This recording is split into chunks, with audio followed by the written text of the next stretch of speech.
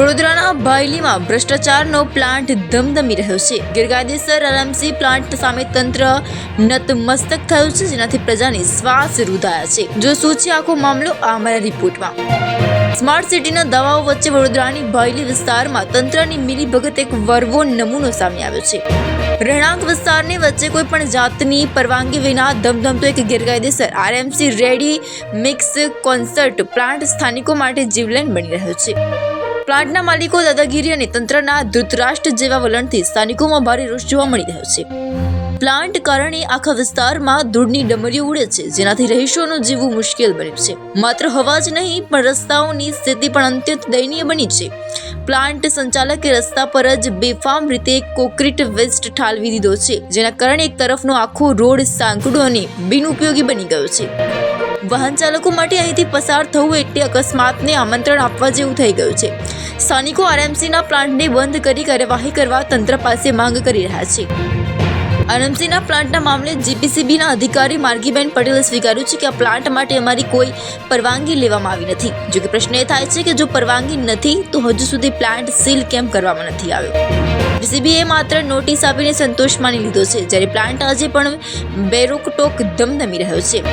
શું અધિકારીઓ માત્ર જવાબની રાહ જોઈને પ્રજાના સ્વાસ્થ્ય સાથે ચેડા થવા દેશે? ગેરકાયદેસર આરએમસીના પ્લાન્ટને લઈ અનેક સવાલો ઉઠી રહ્યા છે, જેમ કે રહેણાંક વિસ્તારમાં આટલા સમયથી કોના આશીર્વાદથી ગેરકાયદેસર આરએમસીના પ્લાન્ટ ધમધમે છે?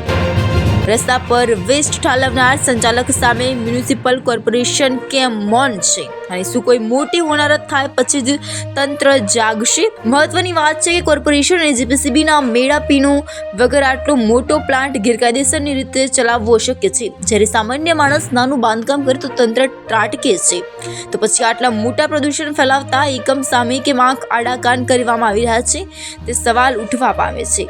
પ્લાન્ટ જો કન્સ્ટ્રક્શનનો પ્લાન છે એટલે એવા પ્લાનની જરૂર હોય છે કન્સ્ટ્રક્શન સાઇટ ચાલતા હોય, પણ એને આવી રીતે ગેરકાયદેસર ચાલતા હોય તો એ નિયમ અનુસાર એને કરવા જોઈએ.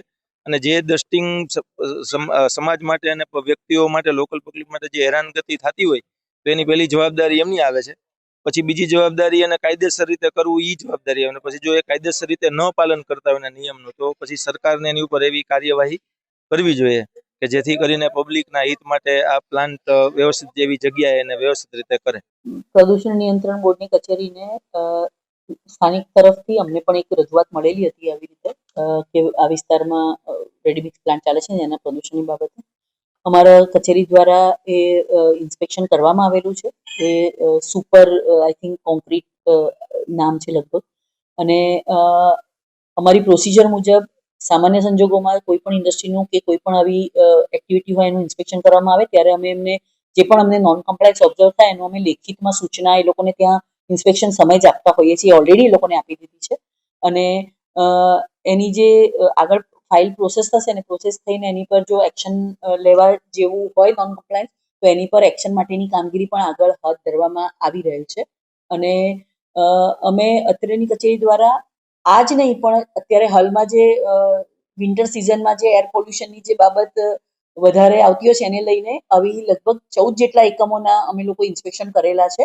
અને આ એકમોને જે પણ કોઈ આવું નોન કમ્પ્લાયન્સ ઓબ્ઝર્વ થયું હોય તો સૂચના પણ આપેલી છે.